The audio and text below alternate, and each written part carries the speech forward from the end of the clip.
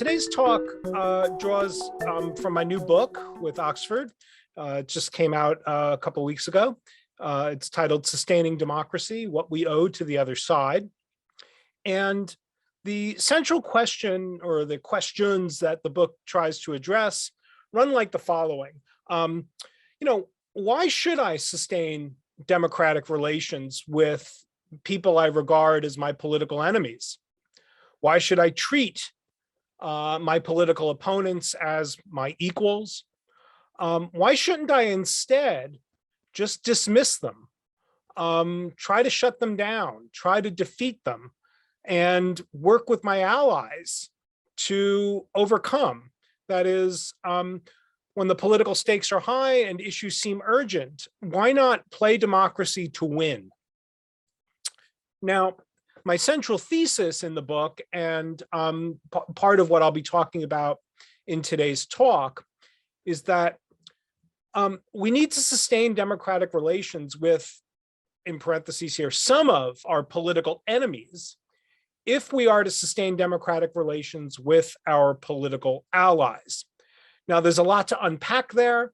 A couple of just quick features to notice is that this is not an argument that is interested in claiming that democracy requires that we not have enemies. They can remain our enemies.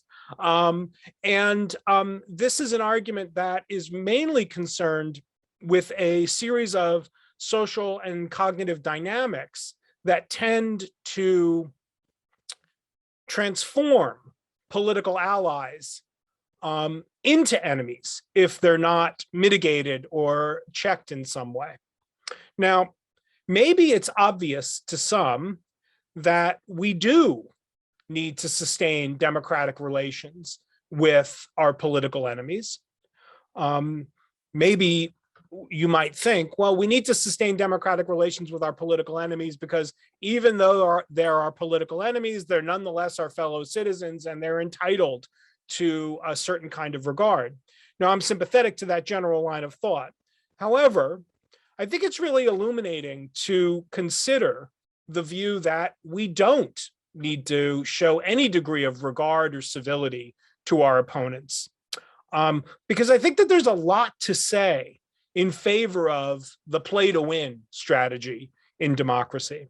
And I think that by giving full voice to it, we're able to formulate a different from the usual, and I would say a more compelling case for sustaining democracy with enemies, for upholding democratic relations, even with those among our fellow citizens that we think are of poor political judgment and character. So let's look at the agenda. I want to begin by making vivid what I will argue is a moral burden that resides at the heart of democratic citizenship. It's what I call the Democrat's dilemma. I want to show that we as citizens often have good moral reasons to suspend rather than sustain democratic relations with our political rivals. And thus we have good moral reason, and I'm emphasizing here moral reason. It's not just a self-regarding reason. It's not just prudential or strategic. We often have a good moral reason to try to play to win. Second, I want to talk about the kind of sort of cognitive and social dynamic I mentioned a little bit a few minutes ago, called belief polarization. I want to talk about the difference between belief polarization and other senses of the term polarization. And then I want to focus on a feature of this social cognitive dynamic that's often overlooked, which is that belief polarization renders like-minded groups not only more extreme, but also more conformist. It turns out that our more extreme selves are more conformist, and conformity can challenge and ultimately it erodes political alliances. Third, I want to draw the threads together. I want to make the case for why we should sustain democratic relations even with our political enemies. And then I want to briefly offer some thoughts about how, maybe whether, we can. Okay, that's the agenda. Let's begin with a note about democracy. Now, when we think about democracy, we're often thinking of it in terms of a set of institutions or a form of government or a decision-making procedure or some set of practices like campaigns and debates and votes and fundraising and canvassing and so on and so forth. And these are all pretty central manifestations of democracy. But I think it's really hard to make sense of any of the institutional and practical manifestations of democracy unless we appeal to the idea that democracy is an ideal, it's an aspiration. In particular, I want to suggest that it's a moral aspiration. It's that sense of ideal. Democracy is the moral ideal of a self-governing community of equals, or as I have it there on the slide, it's the ideal of self-government among political equals. Now, there's a lot to say about that conception of democracy, and I can say more in Q&A if you like. But if you'll just grant me that that's the core of what a democratic society is. It's a society organized around the aspiration to be a self-governing community of equals. There are two important, I think, moral upshots that attach then to the office of democratic citizenship in light of the fact that democracy is this moral ideal of self-government among equals. That is to say, we have responsibilities as democratic citizens in light of the fact that in a democracy, we are participants in a society that aspires to be a society of self-governing equals. And first, I want to say that there's the responsibility for our political world. In some sense, in a democracy, we as citizens are the authors of our political world. And we have a moral requirement to do what we can within the office of citizenship to further justice as we best understand it in the political world. And this is why it's pretty commonplace for people to say, well, you know, democracy is not a spectator sport. Democratic citizens need to be participants. They need to be engaged. They need to be active. They need to build coalitions. They need to get involved. They need to inform themselves. They at very least need to get out and vote. So taking responsibility for our political world by doing what we can to further justice in our share of the political world is one of the responsibilities of citizenship. Now there's another, and that's the responsibility to our fellow citizens. Now remember, in a democracy, we are not equals merely with respect to the government and its officials. We're not merely equals in that sort of vertical sense, that we're equals before the law and before the government and its institutions. We are. There's also a horizontal sense of equality that's operative in a democracy. We are one another's equals. No one is another's political subordinate, superior, lord, boss, or lackey. And so what it means is that in our efforts to further justice and to be democratically engaged, we owe to our fellow citizens a certain kind of civic regard. We need to manifest in our political action a sufficient recognition of the fact that in a democracy, our fellow citizens remain our equals, even if we think they have poor political judgment or are committed to the wrong things. That is to say, in a democracy, we have to recognize that our fellow citizens don't merely get an equal say in politics, they're entitled to one. And that means that we owe them a certain standard of conduct when we're engaged in politics with them. Because one of the ways in which we preserve the idea that a democracy is a self-governing community of political equals is that we each have the responsibility to deploy our small portion of political power in a way that ensures that power is never brutally exercised over anyone. It's always exercised by means of some rationale, some set of considerations, some attempt to confer, understand the perspectives of, hear the concerns and ideas and objectives and objections of people who have political ideas that differ from our own. So there's a lot to be said about all of that, and I'm happy to say more about it in Q&A if you like. But that's enough to formulate what I'm calling the Democrat's dilemma. If you look at the image on the right side of the slide, you can see where this is going. The responsibilities of citizenship often pull apart. When the political stakes are high, when the issues seem urgent, it looks as if justice is at stake in the democratic decision that we face. And when justice is at stake in a democratic decision point, it strikes us that our political opponents are not merely on the other side of the question from our side, but on the wrong side of the question. It strikes us that they're not merely wrong, but in the wrong. We think that they haven't only gotten justice incorrect, or they're not merely incorrect in their commitments or their judgments about justice. We have to see them as agents of injustice. We have to see them as, if the other side gets its way, justice will be disserved. So it looks then, when the political chips are down and issues strike us as urgent, the responsibility for pulls us in the direction of overriding, downplaying, and maybe even jettisoning the responsibility to at least a certain portion of our fellow citizens.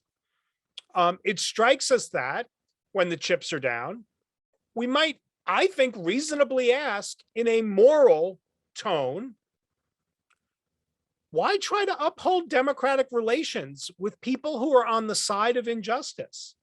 Why not treat my opponents merely as obstacles? Why not simply dismiss them?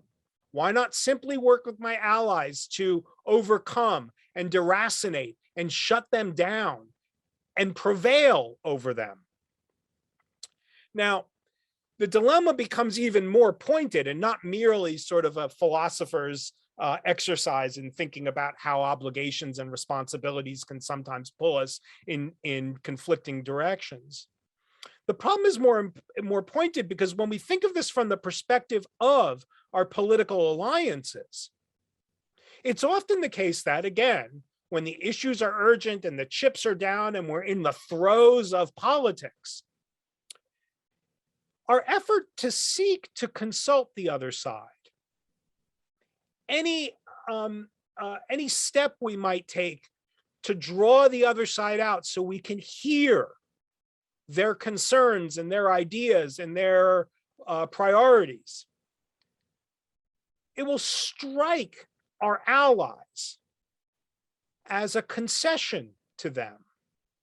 And in fact, it feels to us that in giving voice to the opponent, we have conceded something to them. Why give them a voice unless you think they could be right, is the thought we often have. In fact, it often seems from the point of view of very energized, active political alliances that if one among the membership seeks out an opportunity to reason with and listen to and hear out the other side, if one among our members thinks there's another side to the question that's worth listening to, it often strikes us that they might be on the other side. So it looks as if in these charged political decision contexts, trying to meet our responsibility to our fellow citizens actually imperils our political alliances. It actually makes us worse at making good on the responsibility for furthering justice. Because if you want to further justice, if you want an effective voice in democratic politics, you have to join a choir and you have to keep the choir together. It seems as if in these charged contexts, trying to bring the other side in, trying to listen to them, hear them out, dissolves our bonds with our political allies. And so I think that it's from the point of view, again, of the engaged, morally responsible democratic citizen that one thinks, just ignore the other side and try to shut them down. Now, note, this is the Democrats' dilemma and not just a dilemma in some broader sense, because it arises out of our attempts to take our responsibilities seriously. If we thought politics wasn't that important, if we thought it was all small stuff and we don't sweat small stuff, we would never feel this dilemma. It's internal, I would say, to the moral office of democratic citizenship, and not the result of anyone failing to take their responsibilities seriously. Quite the opposite. It arises out of the effort to take our responsibilities as participants in collective self-government among equals seriously. One way to think about it is the Democrats' dilemma presses us with the following kind of question. Why not treat all political opponents as if they were beyond the pale, not worth talking to, not worth considering, not worth dignifying with the idea that they might have reasons and concerns and perspectives that have to be consulted in the least? Now, why not stand up for justice instead, is another way to put it. Now, I think that we begin to see an interesting reason why we should sustain democracy in these cases, why we should uphold our democratic relations with even our political enemies, by looking at polarization. Now, polarization is a term that's commonly used to describe the ideological distance between opposed camps.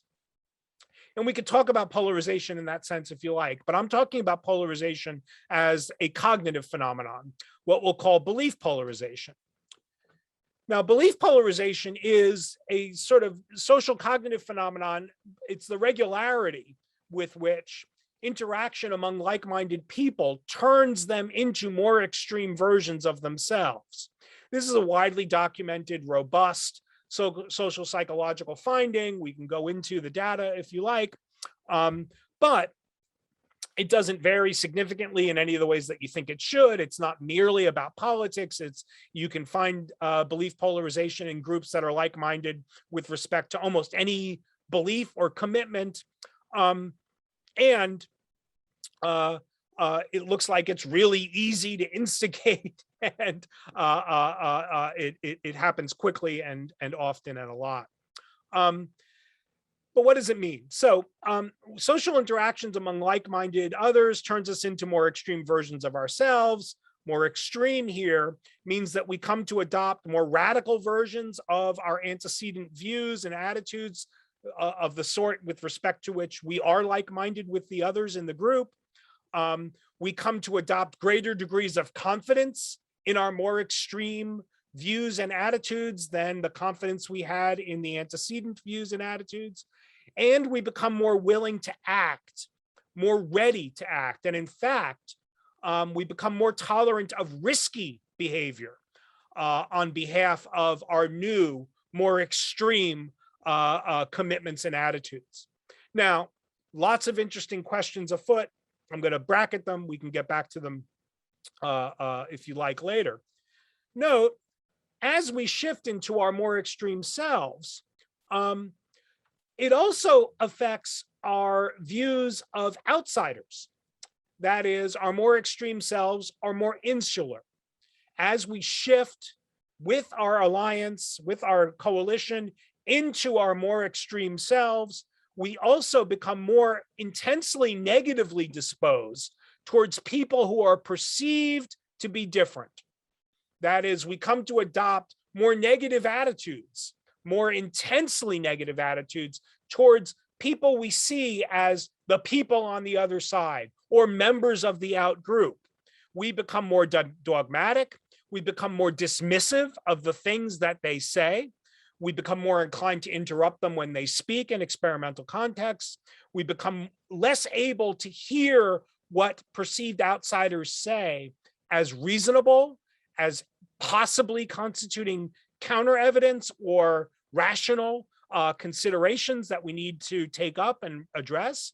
We become more negatively, we become more likely to attribute to people who are perceived to be on the outside negative character traits like laziness and dishonesty and untrustworthiness. More importantly, though, as we, with our coalition, belief polarize, we come to see the other side as increasingly monolithic. That is, we come to attribute to all of the members on the other side a single opposing view, and typically we come to attribute to them only the most extreme articulations or formulations of views that oppose our own, which often are the least plausible views that oppose our own. Finally, we come to see those on the other side not only as irrational and inscrutable and untrustworthy and the rest, we come to see them as posing a threat to us. Now, all of that looks to me like bad news for democracy. But remember the Democrats' dilemma. The person in the grip of the dilemma is saying, well, wait a minute, it's not so clear that this is bad news. Like-minded groups become more extreme, more devoted, more committed, more ready to act. Wait a minute, if you've got the right commitments, isn't that good news? To be more energized, more ready to act, less distractible by the things that the people on the other side, who we know are wrong, are likely to say. Looks like it's maybe good news for justice. Well, perhaps, but here's the aspect of belief polarization that I think is even more interesting than what we've discussed so far. And I also think it's the part that doesn't get enough attention among political theorists who are interested in the phenomenon. Belief polarization in affecting our views of perceived outsiders. It also affects our views and our commitments and our attitudes and dispositions towards our allies. That is, as groups belief polarize, as they become more extreme versions of themselves, as they become more insular with respect to people who are perceived to be on the outside, they also become internally more alike. That is, belief polarized groups become not only more alike in their judgments, they become more alike with respect to behaviors of all kinds. They start to dress alike, they pronounce certain words alike, they use certain phrases in the same way. They start to adopt habits, consumption habits, lifestyle habits that mirror one another's consumption habits and lifestyle habits. It's a lot like what goes on in the background of this slide. Belief polarization makes us more tribal. That means not only more alike, but more invested in being alike. As I put it on the slide, our more insular and extreme selves are also more conformist, more interested in maintaining uniformity within the group. What that means is that as our like-minded groups, our coalitions belief polarize, they become more intensely fixated on policing the boundary between the in-group and the out-group. It's not enough just to have negative attitudes about who is on the outs. The group becomes more interested in making sure that there aren't any posers within the group. So belief polarized groups become more devoted to a conception of doctrinal or in-group purity. They become more invested in poser detection, and they develop increasingly demanding standards for authentic or legitimate group membership. Now, when a group becomes more invested in policing the authenticity of its members so that it can expel half-hearted or posers, half-hearted members or posers, Alliances also become more internally hierarchical, which is to say, less internally egalitarian and democratic.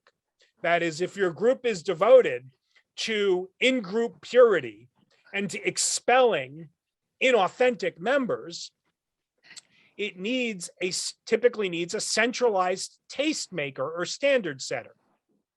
That means that the group becomes more reliant on a hierarchy, somebody who's going to send a clear message about what it means to be a real member of the group, what it means to be one of us.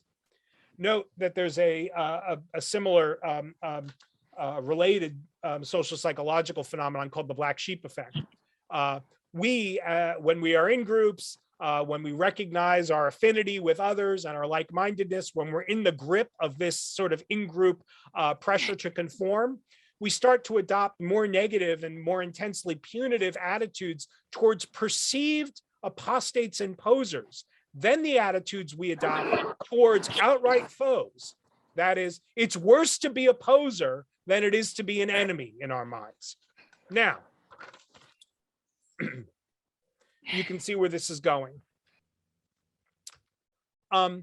As groups of belief polarize, then what we've seen is that they become more hierarchical.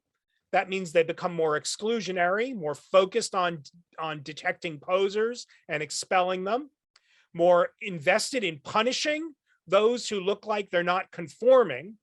And ultimately, belief polarization encourages in our alliances the attitude that democratic relations are only appropriate, maybe they're even only possible, among people who are politically just like me.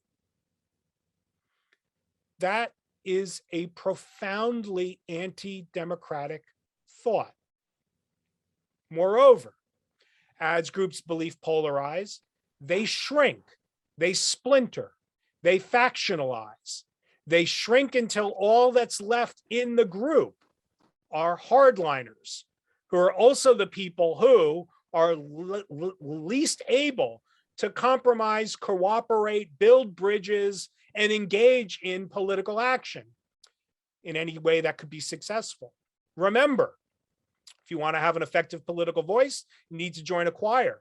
If you want the choir to be effective, you need to grow it. You can't shrink it. You need to build alliances. You can't break them into smaller and smaller parts. Now, note what's happened here. We were considering somebody who's confronting the Democrats' dilemma and says, forget about the people who are my opponents. I'm just going to work with my allies and stand up for justice.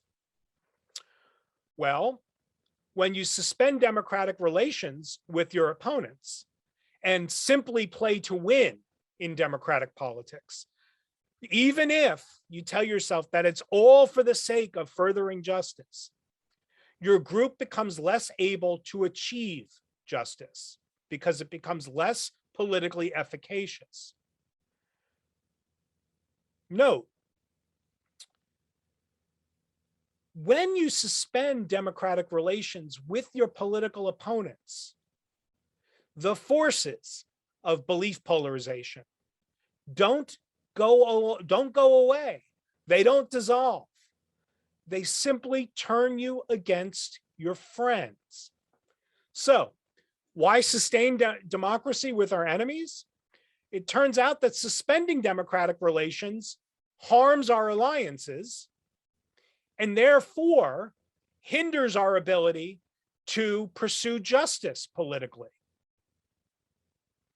It turns out, again, that belief polarization turns our friends into enemies.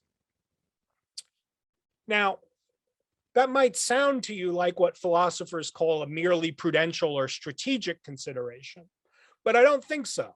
It's a moral consideration.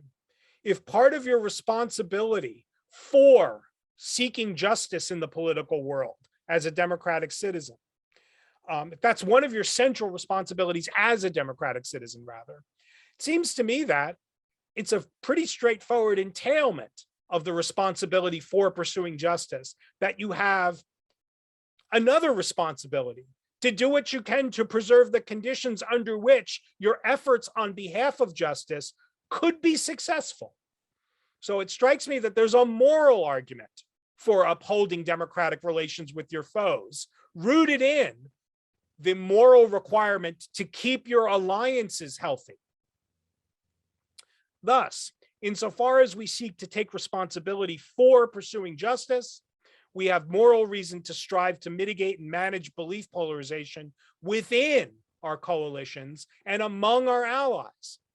Turns out that managing belief polarization calls us to sustain democratic relations with some of our enemies. If we're to be good advocates for justice, we need healthy relations with our critics. Good. Now note, last point, and I'm very close to wrapping up.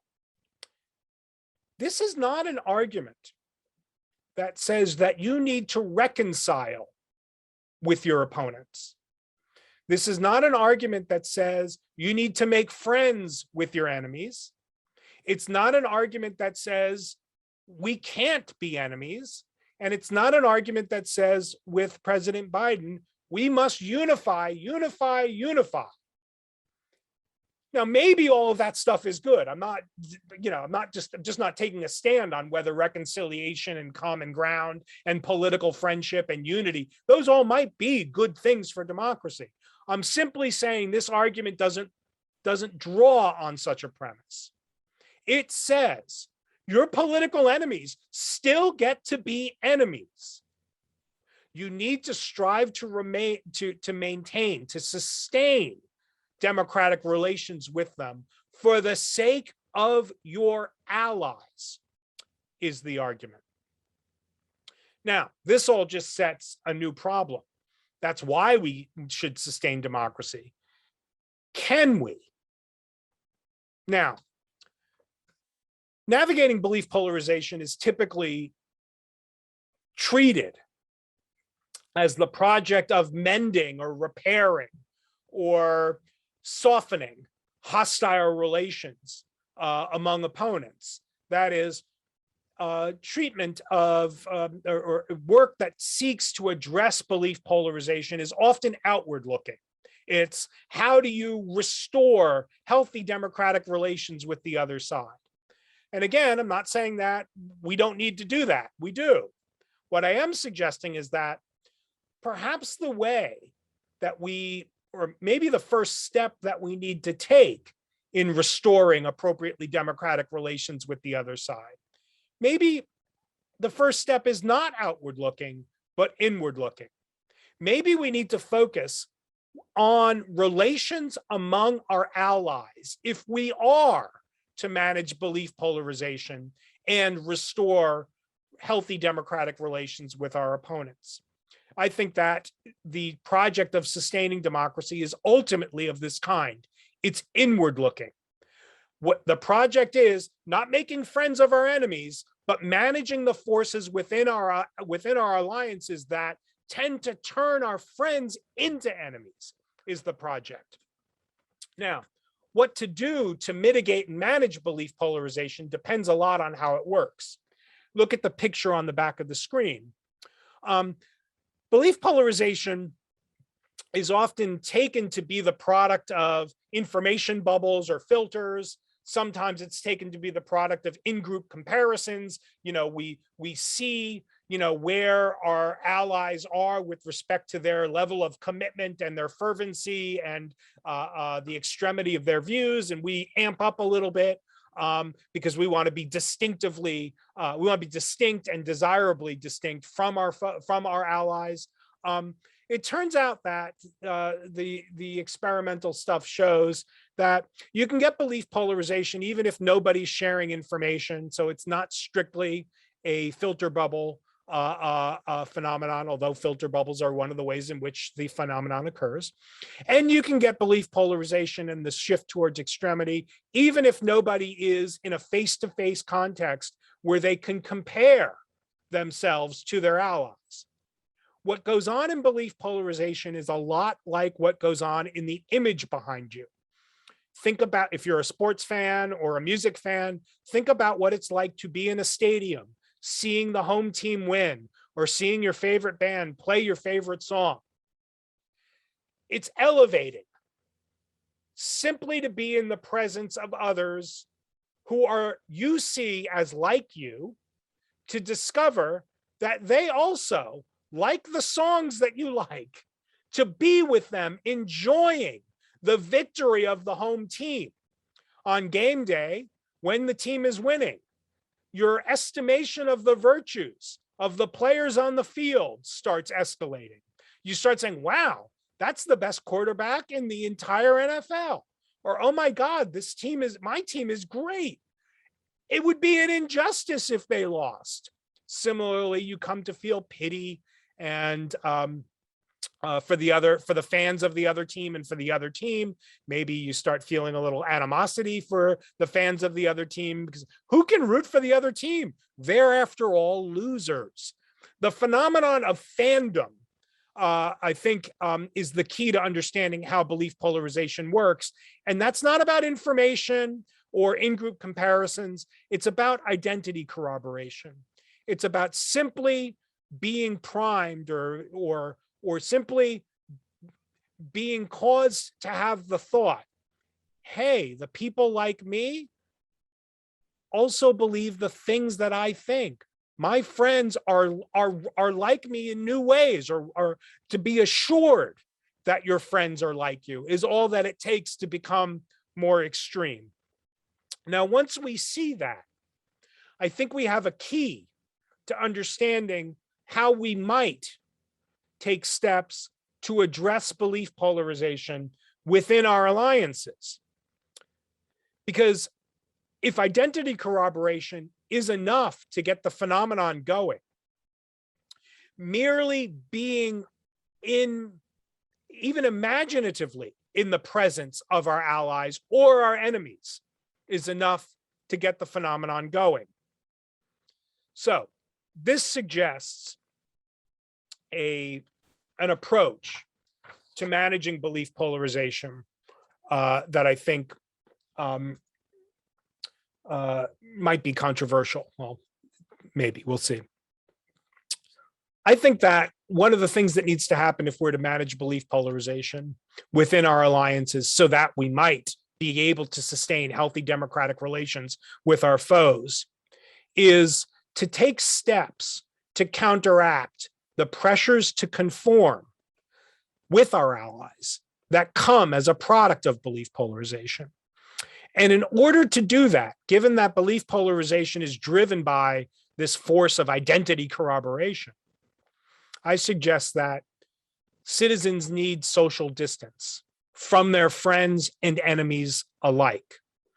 They need occasions to consider, to expose themselves to engage with a range of political opinions and ideas and perspectives that go beyond the confines of the political struggles and divisions and travails of the day.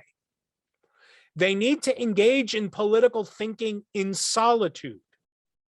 They need to engage with political ideas and thinkers and perspectives that are at a great distance from the politics of the day.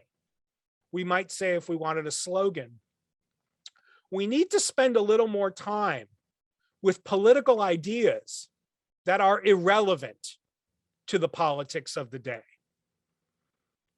Now, I know that sounds strange, so let's ask a question. What does democracy look like? If you Google that question, you're going to get instantly tens of thousands of images like the one on your screen. Masses of people gathered in a public place, a visibly public place, for the purpose of expressing, if not a common political message, at the very least a common political sentiment, making a demand, exposing a problem, calling attention to an issue of a political nature. Now, I'm not denying that democracy needs public collective action. I'm not denying that part of taking responsibility for politics involves public group direct participation. All of that I would embrace. Democracy, after all, needs an engaged, active citizenry. I will not deny that. But I want to suggest that democracy also looks like that. Sometimes democracy looks like a person engaged all by him or herself in solitude, divorced, separated, political thinking. Democracy can also reside in moments where we have separated ourselves from our allies and foes to engage with ideas, considerations, perspectives that transcend, that can't be fit into the categories of the politics of the moment. Sometimes democracy requires, or rather, democracy requires that we sometimes take moments to reflect on political ideas that are foreign to our current context. Political ideas and perspectives that cannot come prepackaged in the categories and idiom of our contemporary divides. So yes, democracy needs an active citizenry, but it also needs a reflective citizenry. And sometimes democratic action, even essential, non-negotiable modes of democratic action, can impair our reflective capacities. That's what the belief polarization phenomenon shows. Now, we're accustomed to thinking of solitude and detached reflection as a kind of luxury, as an escape from politics, as a way of favoring the status quo. I think that's all false. The claim at present is not that democracy needs us to retreat from politics, but rather that, in addition to the kind of politics that happens in public spaces in collective mass contexts, democracy needs us sometimes to retreat not from politics, but from the political fray of the moment. We need distance from the travails of contemporary democracy so that we can envision political possibilities that are occluded or obstructed by the urgency and the categories and the divides as we've received them of politics. And I want to suggest that far from being a luxury and a retreat from politics, occasionally gaining distance from the political fray of the moment is itself an essential act of democratic citizenship. Thank you.